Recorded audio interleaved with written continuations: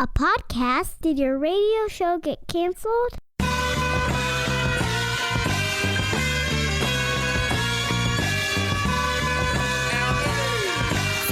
Fire. Low down and filthy, but the discipline is on point. Schooled myself, made my own dojo. A cold flow with the whole dose of soul. Maintain composure, even in theory. An anomaly, properties undiscernible to mere peasants. Use weapons that level entire... Veterans Day is this Friday, November 11th. And to honor those that serve our country, we have a very special military episode of the $1 Million Plan. That's right. Even the people in the military need to be millionaires. That's right. So this sort of happened by accident, meaning that I didn't do a special call out for people that wear stripes, and you know what I mean. Not you know what I mean. Anyway, like stripes. I think the people in the military wear stripes. I saw stripes with Bill Murray, so the woman I talked to today is amazing. She blows all of your excuses and all of my excuses as to why we can't do what we do completely out of the water. Now I know what you're thinking, but she, I get a lot of but she's a lot of the time. But she's. That got so awkward because it sounded like I said, she's great. Learn from her and don't say but she's on the radio because it doesn't. Oh boy. Here's Monica. Stop what you're doing and hit Pete up on Twitter at Pete the Planner.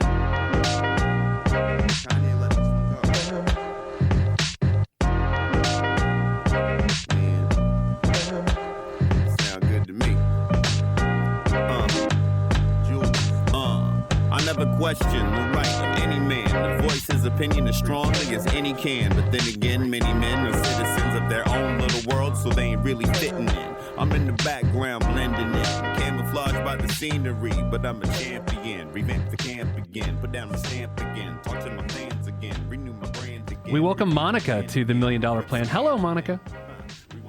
Hello. All right, so I have to be really honest. I'm going to fanboy you here a little bit.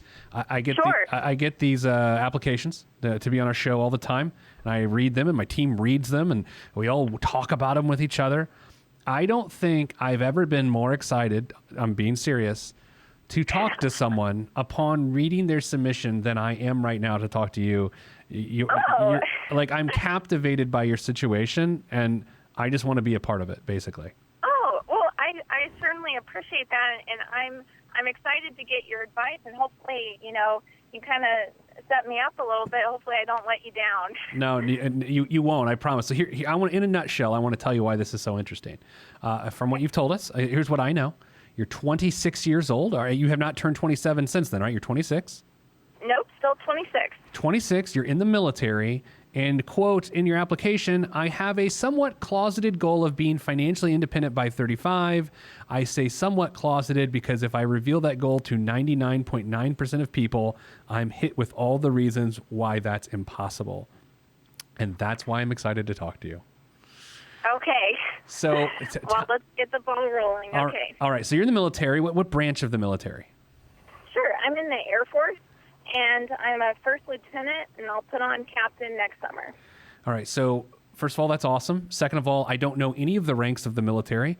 That's okay. I'm a junior officer. Okay. Very good. I'm none of those things, but I'm really excited for you. And at 26, to have a goal that just 9 years later you want to be financially independent. Can you give me an idea specifically of what that means to you? Sure, and I think, the more I read about what early retirement or financially independent means, it differs for everyone. So for me, it's basically that I'm able to live off passive income, and it allows me to have options. So what I want to work on now while I'm young is to set myself up, because a lot can and hopefully will change in the next 9-10 years. Right now I'm not married, no kids. And I may want to have a career change, or I may want to stay at home for a few years, or maybe just, renegotiate really how I contribute to this world. And so I want to set myself up to be able to do that. I may continue, working full time and may still be in the military, but I don't want to take options away from myself. And so and so that led me to really get into personal finance. My first year in the military, I wasn't totally satisfied with my job, and since then it's gotten a lot better. But I thought, how can I set myself up to have the options? And so I'm really grateful for that first year because it motivated me to set myself up. So when you say passive income, I of course know what that means, but it can also mean lots of different things to a lot of different people. Are you specifically speaking of income generated from your investments, or do you mean income generated from rental properties, or what sort of passive income do you see on the horizon for you? Sure.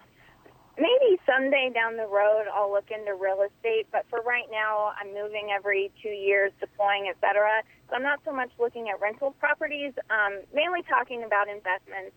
Right now I just have an S&P 500 fund and a couple other Vanguard funds, where index funds really where all my money goes, and to live off that dividend, which would be, if I had $1 million at 35, that'd be about $20,000 a year. And while I do see myself getting out of the military at some point, I'd like to stay in the Guard or the Reserve, which would generate about $10,000 a year in income, as well as give me access to a low cost, fairly decent quality health insurance. So how much do you have invested right now? It sounds like you're almost strictly a Vanguard investor right now. How much do you have set aside? Right.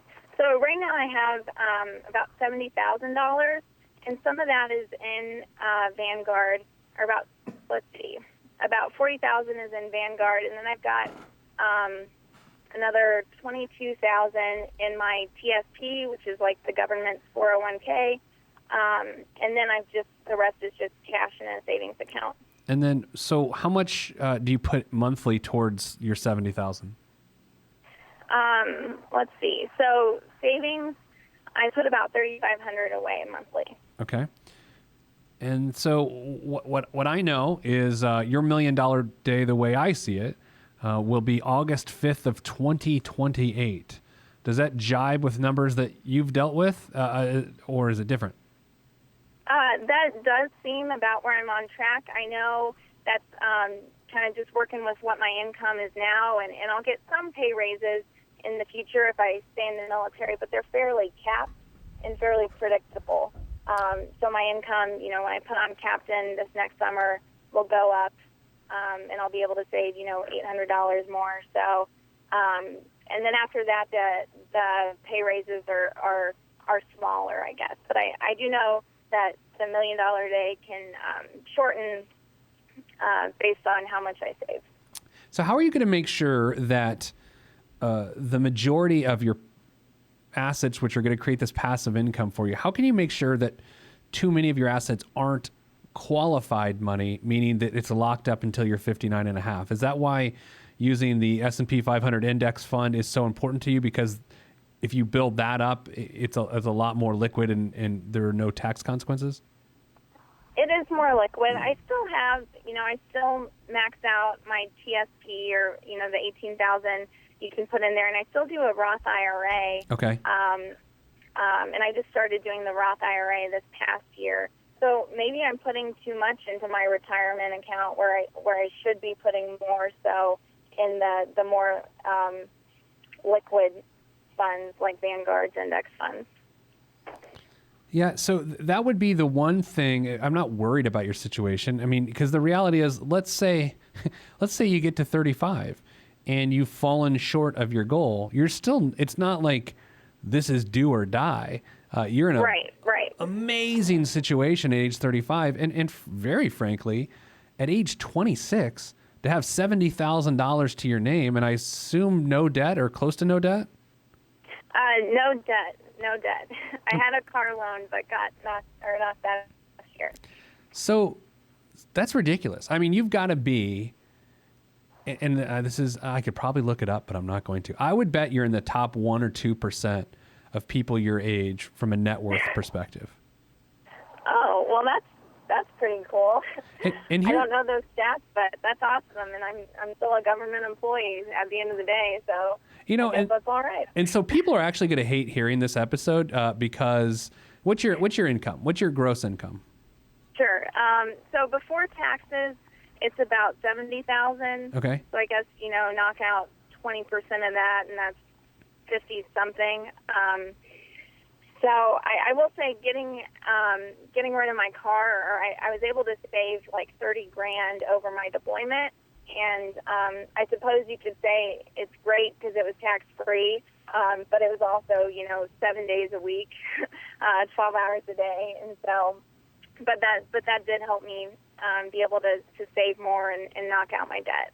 If I was in the military and transportation were an issue, I would just ride a motorcycle like Tom Cruise does in Top Gun.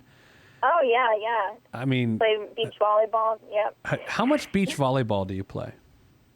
Not a lot. At my last base, there were a lot of fighter pilots there, and so, but we never had a sand volleyball court. I'll have to bring that up. It's kind of misleading, I suppose.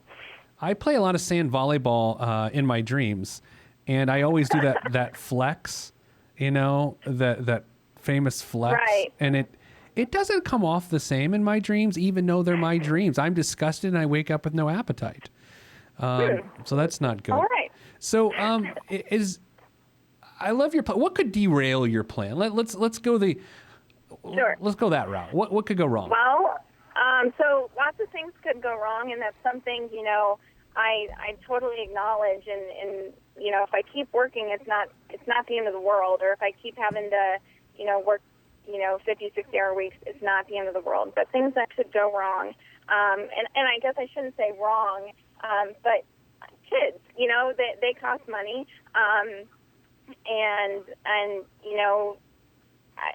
obviously, if I had kids, the ideal world is I'd have a spouse who was also employable, and so that would help mitigate some of those costs. But if myself or maybe a future spouse or children had medical issues, that could derail the plan. A huge downturn in the market could derail it. Sure. Yeah. So it's always ridiculous to ask anyone in the military about the word sacrifice, because basically you're sacrificing for everyone, not just yourself. But as you look at your lifestyle, do you view your decisions you're making now as personal sacrifices, or have you gotten so accustomed to that lifestyle that it's just your lifestyle? It's not a sacrifice. Sure. And that's something I try to be conscious of, because I don't want to ever just, save money and become this miser and be afraid of spending. And so I do a budget every month, and I have for the past few years, and that's where, at the beginning of the month I'll look at it and say, what do I want to do? And every month I set aside money for a vacation fund or savings account. Every month I put money in my out to eat account, my entertainment fund, as well as my charity and giving. And I think the giving part is a good part to have, even with your saving, because I know I can spare the money and still reach my long-term goal. I feel like I live a very high-quality life. It's not like I'm at home, only watching Netflix as my entertainment and eating ramen. I feel like I live a pretty high-quality life. So your friends from time to time will bust your chops about your audacious goals, but do they ever bust your chops about saying that you're cheap?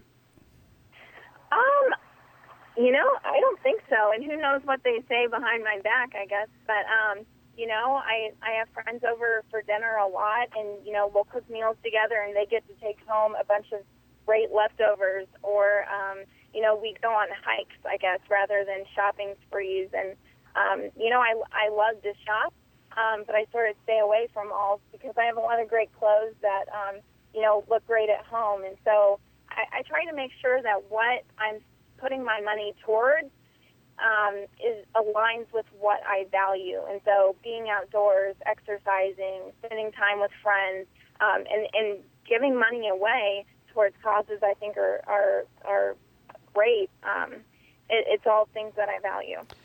I never ask people in the military what they do specifically. It's an inappropriate question. But I do have to say, if for some reason you were working on a cloning device, I think we should clone you, because the decisions you're making are they're not unique to you. They don't feel it, you are you. You can't see that what you're doing is unique. But trust me when I tell you, you were a really unique person from your decisions. I have to know, what was your childhood like financially when you were growing up? Like, tell me about your household. I got to know. Oh, sure. Well, when my parents hear this, I don't know, I may get some calls. But so I grew up in Indiana. I grew up on a cattle farm. And a lot of the things, when I look at how I grew up, they could have been, in the 90s, which was my childhood, or it could have been, the early 1900s. You really don't know the difference. And it's not, I don't think the goal was ever to just save money, but we just did a lot of things outdoors. We made up our games, we made our toys, we would make obstacle courses around the farm, and so I think that a large part of my childhood, it was focused on being creative, and we never took lavish vacations, but we didn't really need to. I have 3 other siblings, and my parents always liked to play with us too, and we just had a great time being with each other. So maybe that shaped my outlook more than I think, but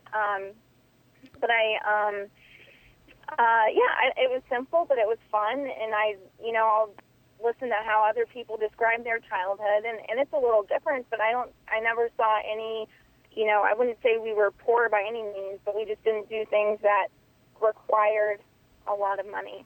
Were you in 4-H? I was a 10-year member of 4-H. I could tell before I even asked. Like, yeah. I mean, you know what? And I was not in 4-H, and I had a lot of friends that were in 4-H. The character of a person when they go through 4-H is so consistent. I don't know if 4-H realizes that or not, but it's true. There's a way about someone that's just balanced and it makes sense. And I would also say, anecdotally, in terms of farmers' kids, also pretty consistent with people's behavior and how they treat money, because farming's one of the hardest jobs in the world, and it's thankless. And I would describe it much in the way people in the military say, failure is not an option. As a farmer, failure is not, you just do what you do, right? And I think if right. That's how you were raised, it makes a tremendous amount of sense to all the financial stuff you've just told us. Well, great. I guess I'm glad I lived up to the expectations. Well, believe me, I generally disappoint people, so that's good to hear. What else? What other questions? Like, I'm not worried about you. Like, I think your plan makes sense, even if it doesn't come to fruition at 35. I mean, I don't want to say who cares, because I don't want to, but who cares? Right. I mean, you're in a great spot. So what else can I sort of maybe even lend an idea to? Anything else? Sure. Well, I guess when it comes to where I'm putting my money, right now it's in Vanguard and index funds. Is there a way, should I be looking for other avenues to put my money in, or, specific funds? What I look at is, cost of the fund, and I really, I'm in it for the long haul, so I'm really not concerned with, volatility or risk in the short run, because I know, in the long haul, it's going to go up. But is there anything I could be doing better or more efficient, or things I should keep in mind over the next couple years as I tuck more and more away? Yeah, so generally everything I say on this show is fact, but at times when I have to offer my opinion, I do like to make it very clear that I'm offering an opinion. In this case, I am. I tend to think if you go the index fund, passive investing route that you currently are going, you're going to be fine. And to overcomplicate it or to try to take on more risk, you do just that. You oftentimes pay more in fees to enter into the potential that your money's going to go backwards. That's not to suggest index funds always move forward. I mean, you know that. Right. But no, I can't imagine doing it any differently. I think a Vanguard online account, or however you do it, is a great way for people to get started investing, because it's super low cost, and it just makes sense. Okay. Another question is, when should I look at getting a financial advisor, or is there a certain amount I should have? I feel like I know a decent amount, at least kind of more than the average person, about how to, plan your finances. But I'm not a paid professional. And so is there a time in your life when you should have one, or what are your thoughts on getting a financial advisor? So there's two types of main financial advisors someone in your situation would look toward. They look towards a financial planner and an investment advisor. So from an investment advice standpoint, if you're going to go the passive Vanguard route that you're going, and that's how you think and that's how you act, more specifically, I don't know if you need an investment advisor. Anyone that generally goes the Vanguard route, you sort of take that idea out of your life for now.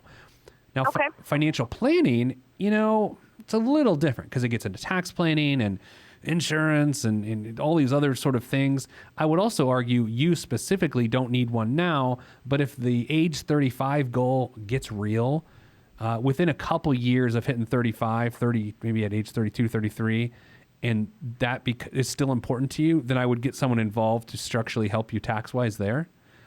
But other than that, I wouldn't really change a thing you're doing. Like your situation's fascinating to me because you figured out that flexibility is what this is all about.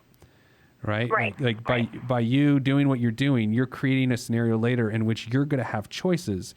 And most people seal their fate, and their fate is they don't get choices. And at 26, or obviously before 26, you figured that out. Mm-hmm. So, yeah. Okay, great. Anything else? Nothing else, Pete, but I really appreciate your advice, and I'm glad, I can look at it on paper and say it makes sense, but it's wonderful to get a guy who's been around the block a few times on this and get their advice. So thank you so much. And I'm honored to be on your show. No, it's my pleasure. And as always, thanks for your service. We all appreciate you. Thank you. If you want to be on this podcast and have Pete fix your money life, then hit us up at PeteThePlanner.com/podcast. You heard me. PeteThePlanner.com/podcast. Log on. This is for information purposes only. It's not the Swiss financial planning device. Consult a financial advisor. Released from Everest, the fresh is fresh, and you can call me E.T. Word to John Tesh. Let me bless this harmonic presentation. It's amazing, so amazing. I'm the reason. Salutations, I bring you love, trying greetings from a faraway land. I am the sole controller.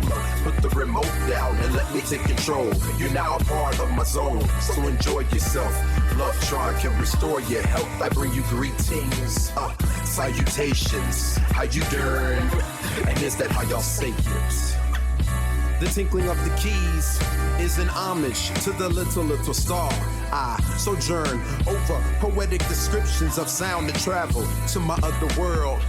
Out of this world, spaceship on my arm took me home, fueled by the ink and the megabytes and the hypertext transfer protocol, stronger than the Skynet and the Terminator. I push faders into warp speed, glide with ease, creating a breeze they call a black hole. Event horizon, no rear view concerns. This I adjourn, and beats I burn. This I adjourn, and beats I burn. Salutations, I bring you love, trying greetings from a faraway land. I am the sole controller. Put the remote down and let me take control. You're now a part of my zone, so enjoy yourself. Love Tron can restore your health. I bring you greetings, salutations. How you doing? And is that how y'all say it?